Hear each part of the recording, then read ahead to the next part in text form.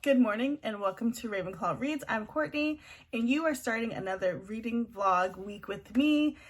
It is Monday. It is a gloomy Monday here in Minnesota, but I am here for it. I'm ready for fall. It's my favorite season, and so I am ready to dig into that. I want to update you with what I read this weekend. It was a pretty good reading weekend, and then I want to tell you what I'm reading right now, as well as two books that I was highly influenced to purchase. So yesterday I was on sprints on Tiffany's channel, which is Beachbum Bookworm. I think I'll link all of the ladies that I'm kind of connecting with in the sprint arena in my description. Most of you guys might have come from their channels, but if you haven't, please make sure you check out their channels. All amazing, very kind women, and just creating a great community and space. So I did that yesterday. And that was great. I was able to stay on a little bit longer yesterday. I already prepped my family. I was like, hey, I'm going to do dinner a little bit later.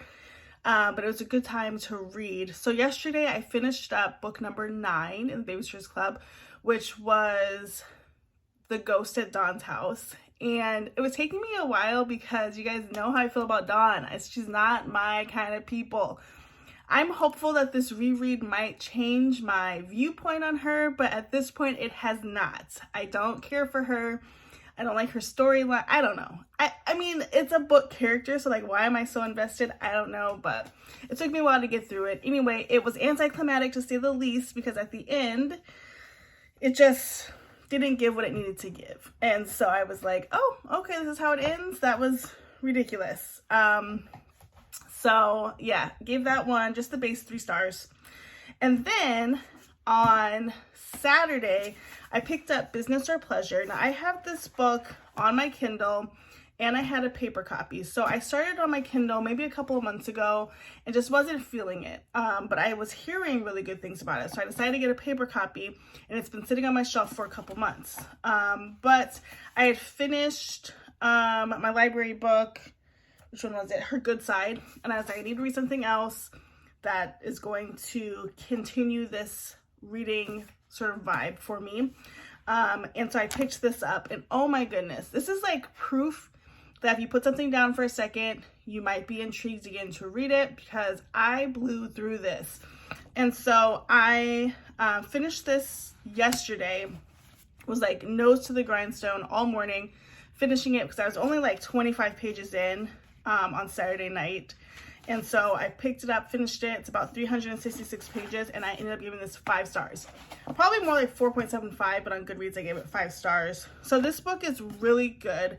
I want to acknowledge that it is a very steamy book.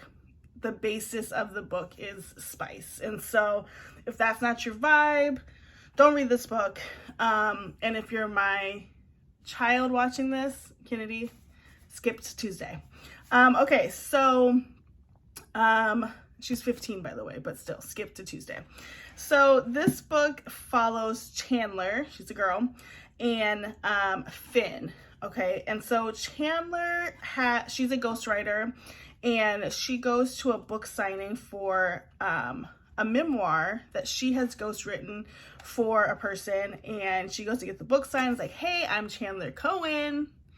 And she's just the person, just like signs the book, like, hey, like Chandler's a fan. And Chandler feels really devastated because she's putting all of this hard work into writing other people's stories, and she is just not feeling appreciated. And so she's down on her emotions, and she goes to a bar, meets up with this guy named Drew, and they decide to have a one-night stand. And the one-night stand is horrible, and she's just so confused at like why this man, who's clearly an adult, has probably had other interactions, is so bad at this. And so she sneaks off in the middle of the night, and I was like, okay, done with that.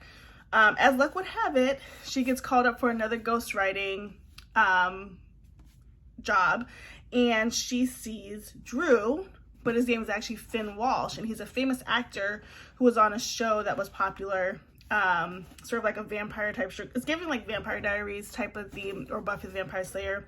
So a show like that he was on, and they connect. I love that there was none of that like 30% of the book is them trying to figure out how to connect again. They decided to connect again, and not in a like relationship, but in a mentor-mentee way. And so Chandler's like, hey, that was just like horrible what happened. You're not good at this. Let's give you some skills. I'm going to teach you how to be better. And she goes through and she teaches him step by step how to do all the things. And of course, they end up falling in love. I hope that's not a spoiler because obviously this is a romance. We knew that was going to happen. But it's really, really well written. I enjoyed it. It was a fast-ish read. But I think it's worth it. So I originally put this down and was ready to just like be done with it. And I came back to it and it was really, really good. So, and then I ended up reading it on my Kindle anyway. So why did I buy the physical book?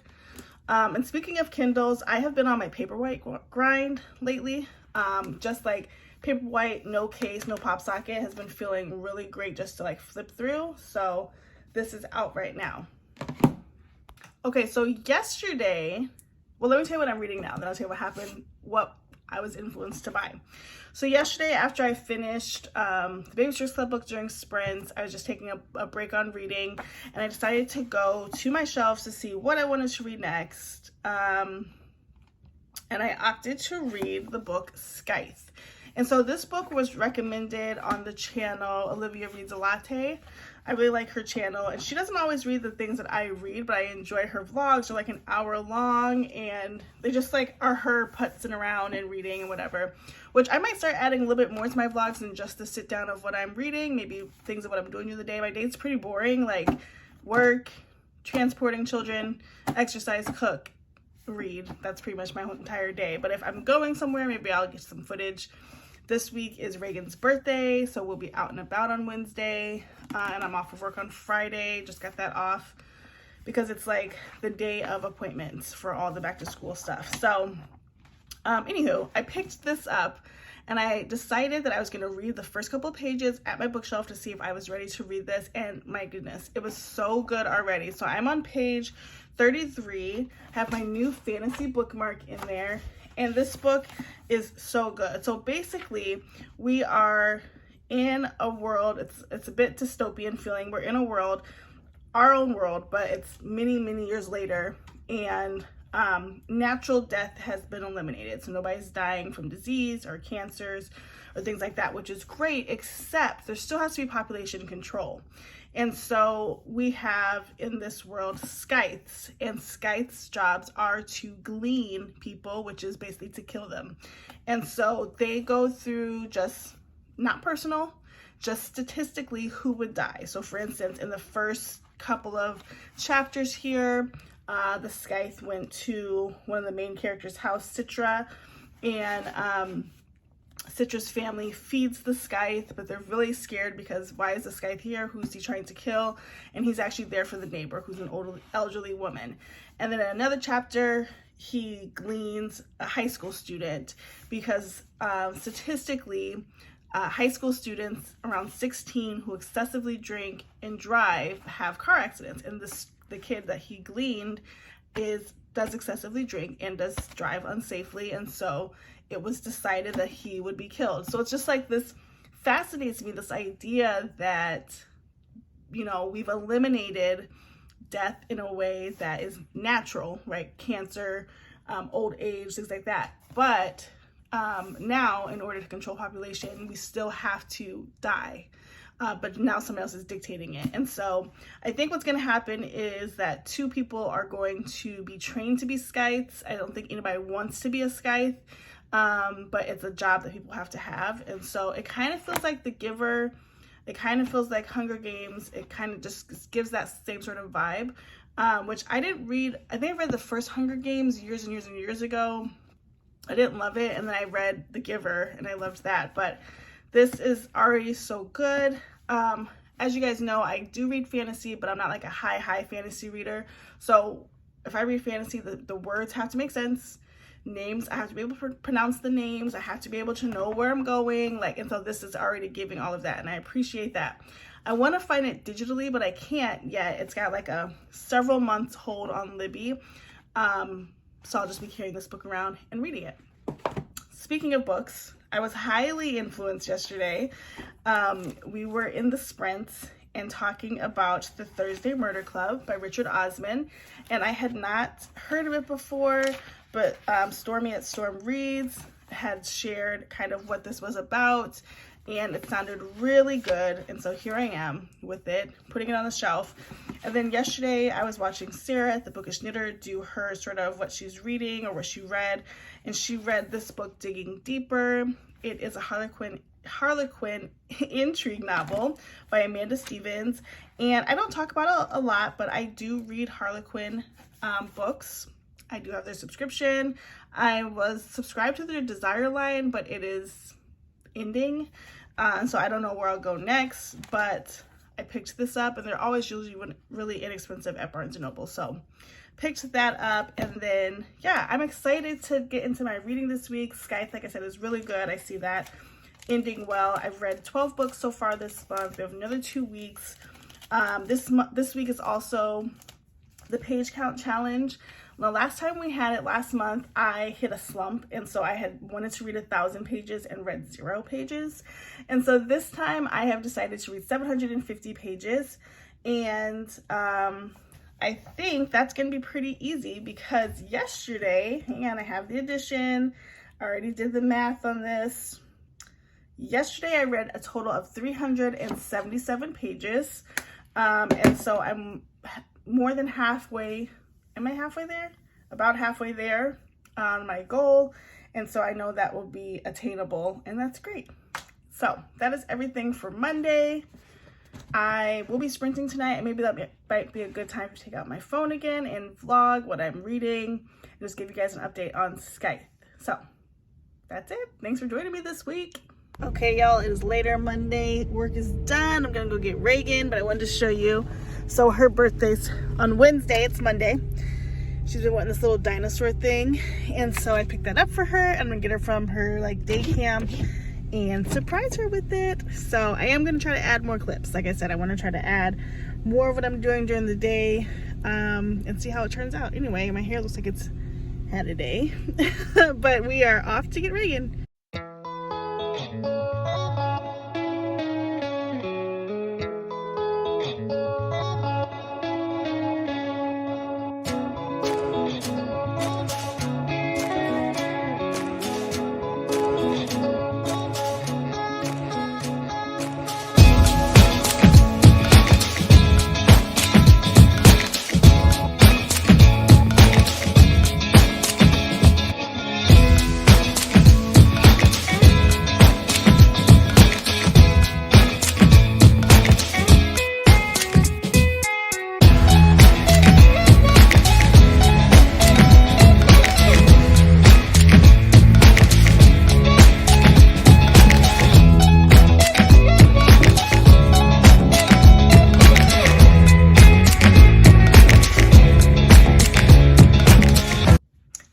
Happy Tuesday, popping on this morning to tell you about what I read yesterday. So yesterday was a great reading day for me. Again, I am participating in that reading page challenge. So on the first day of the challenge on Sunday, I ended up reading 377 pages, and I'm going to add up what I read yesterday. Last time I did the reading challenge, I told you guys I hit a reading slump, and so I didn't go hard this time. I said I would read 750 pages by the end of the week. Yesterday I read 165 pages for a total of 542 pages currently. So yesterday I spent all of my time reading Scythe. And yes, it's Scythe, not Scythe, which I said yesterday, and I felt so silly because I was talking about this during my reading sprints yesterday on Mondays. I love to join the reading sprints. It's a great reading day for me. And Storm pronounced it Scythe, and I was like, obviously he's holding a scythe. So, okay. Anyway, I spent all of my time reading this book, and it is so good. So I highly recommend this book. So basically we're following Citra and Rowan. They live in a society unlike our own right now. It's in the future. And basically all natural causes of death have been eliminated, as I mentioned yesterday, but they still need population control. And so they have scythes in their community who basically use data to decide who will die, and that's what they do. So in the beginning of the story, we meet both Citra and Rowan, and we meet them separately. Rowan comes from a big family. He doesn't really enjoy school, kind of an outcast. And we have Citra, who comes from a small family, very outspoken. And we have a scythe that takes both Citra and Rowan on as his apprentice to learn how to be a scythe. And the goal is that at the end, one person will stay on to be a scythe and one will go back to their family. Well, they go to a sort of scythe graduation, as you would say. Some apprentices are moving on, and the mentor scythe has never had, there's no precedence for having two apprentices. And so both are they have to take a test on what they've learned so far.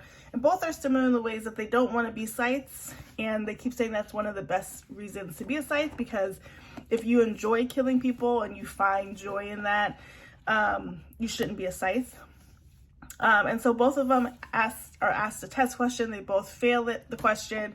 And so as sort of a underground backstabbing thing, they decide that for Rowan and Citra, whoever doesn't become the scythe at the end gets killed by the other one. And so now the stakes have changed in their sort of competitiveness.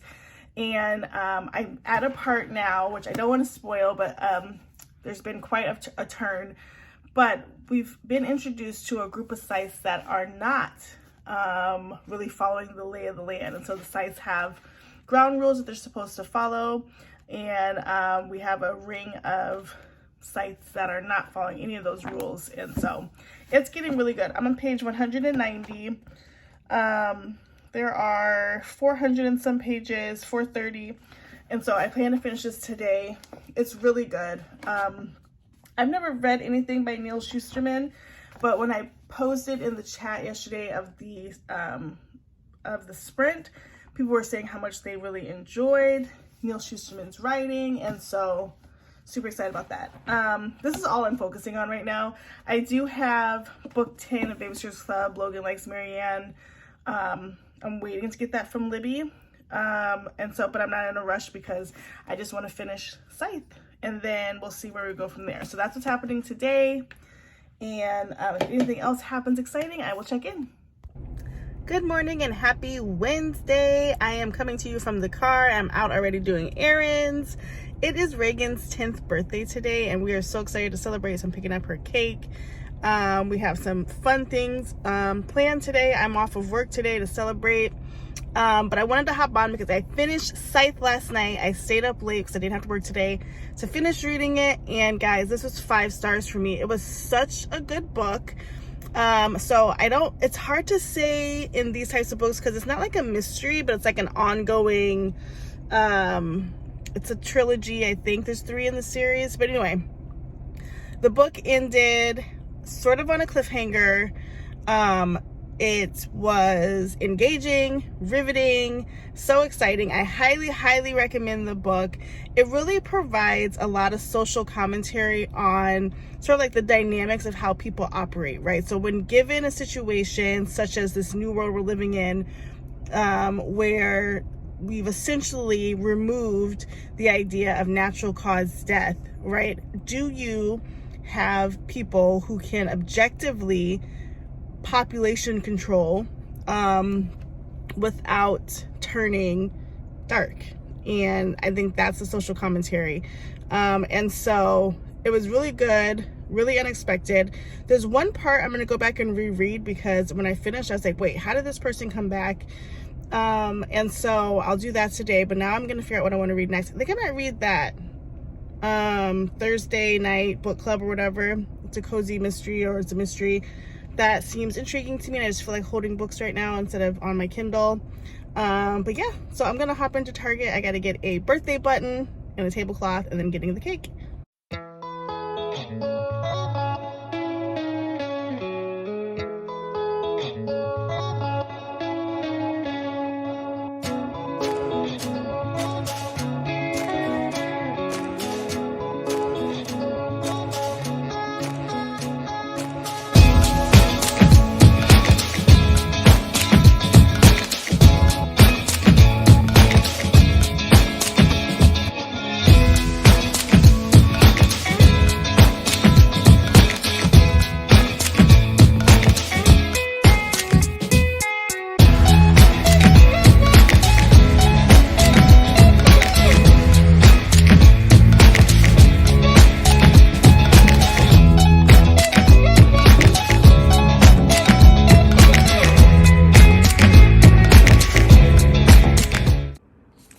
guys, coming to you real quick to update you. So we've just done our first couple activities for Reagan's birthday. We're all just kind of hanging out here till dinner.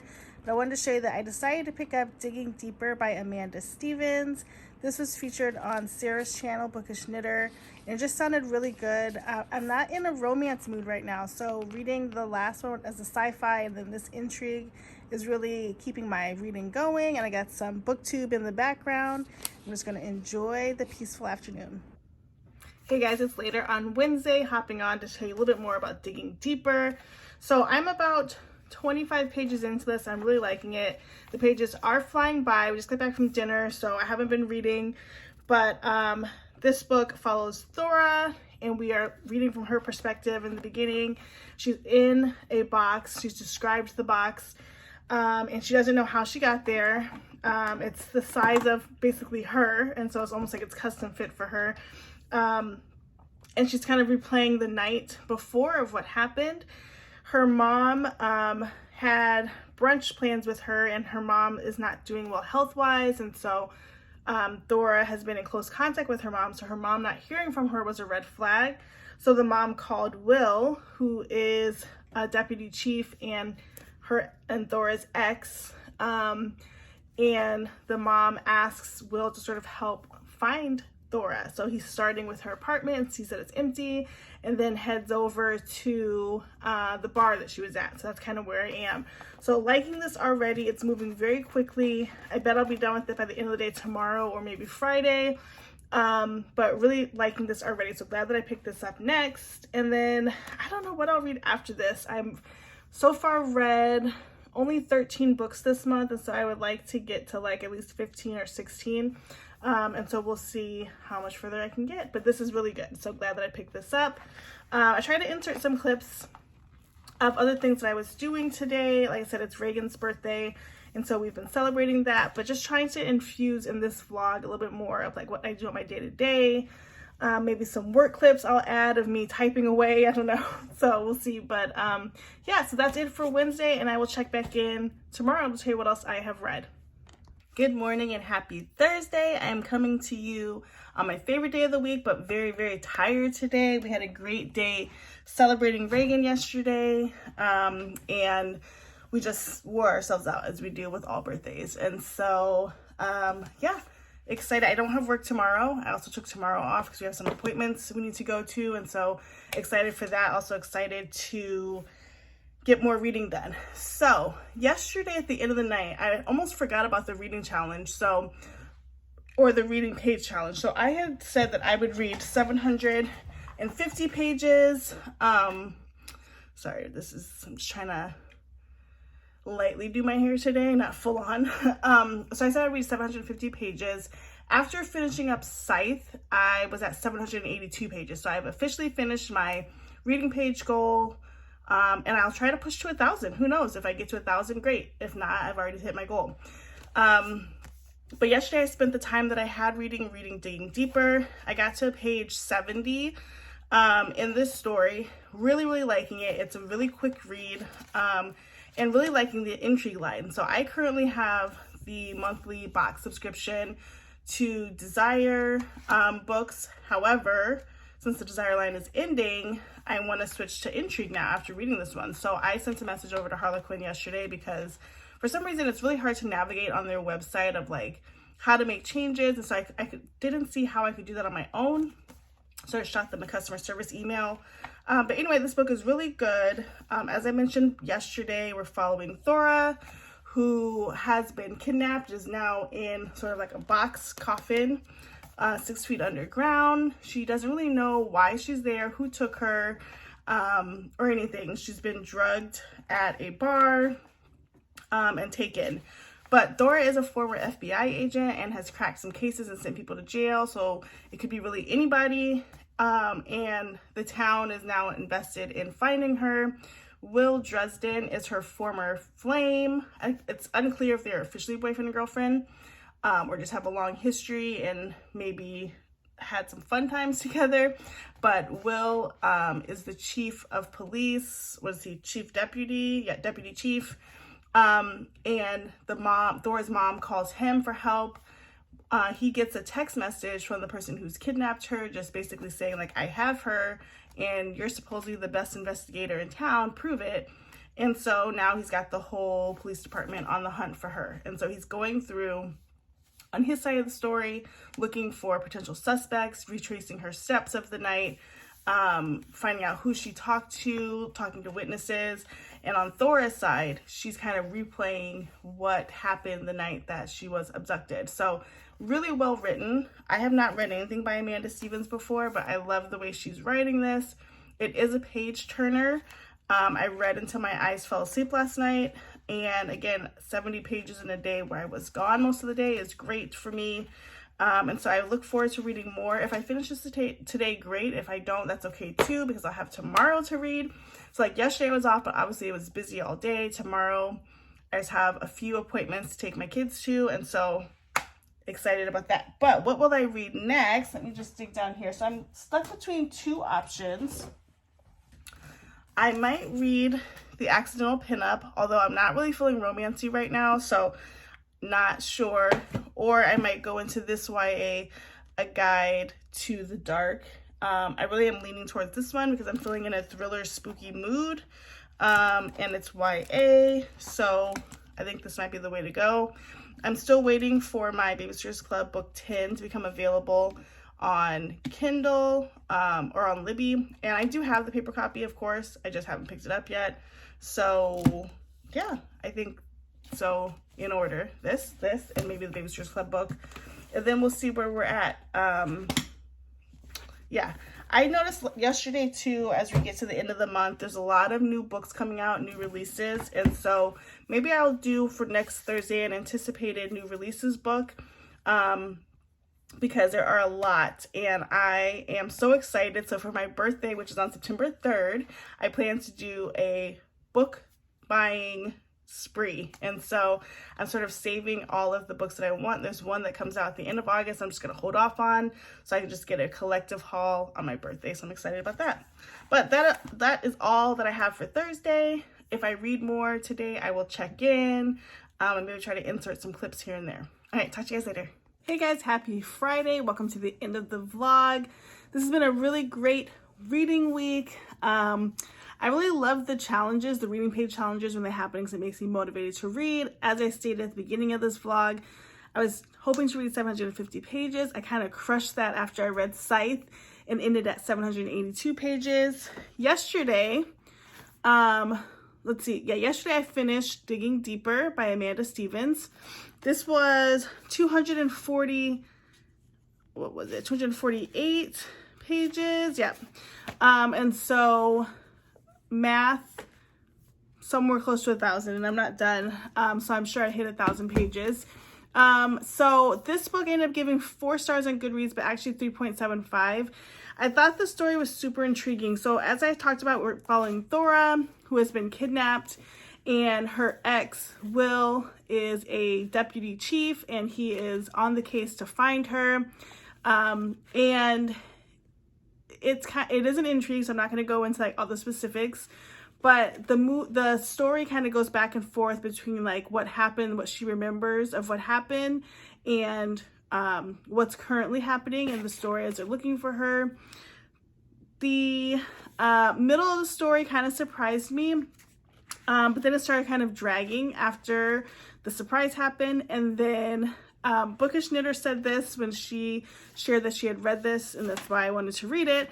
But the ending was just like, ta-da, the ending. Like the last 3/4 was like dragging. And then finally we got to something, and it was like 4 pages and done. And even the last page is not even wrapped up in a way that like makes sense to me. So that's why I lowered the rating on it. It's still really good. I recommend it. And like I said, this has gotten me more intrigued to read intrigue line books. But the ending could have been way, way better. Or at least just wrapped up a little bit more. So 3.75 for this. So then I decided that as I'm still waiting for my Babysitters Club book, which I might just go ahead and do the paper copy behind me. But I decided to pick up A Guide to the Dark. Sorry for the glare. And this is a brand new book, but I just went to see if it was on Libby, and surprisingly it was on Libby, so I'm reading it both ways. And I'm only about maybe 8% in. Oh, look at me, I'm 13% in. And basically the book starts with sort of like a prologue about a motel in which if you stay in room 9, something always happens. I looked on Goodreads before reading this. It was like trigger warning suicide. So people get into room 9 of this motel and they kind of like lose their mind is what I'm picturing. But we follow Mira and Layla.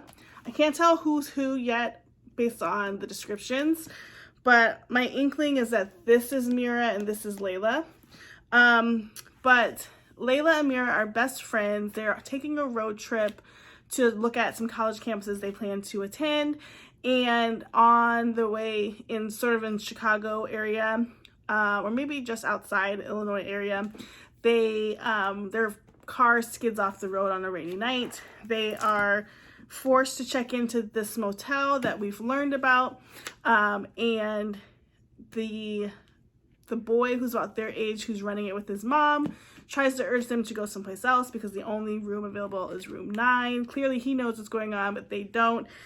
And so we are just following them to see like what happens. This is a teen fiction. The Layla has a crush on Mira. And so we're gonna see where that goes. But yeah, so far so good. It's dragging a little bit, but I want to give it a chance because it's not a very long book and it's teen fiction. It's like easy to read, but it's like not moving as fast as it should be because it is teen fiction. So when books sort of move like mud for me, I feel like I want to DNF it, but I don't have anything like pressing to read afterwards. So I think I'm just going to stick with it. I'm really excited.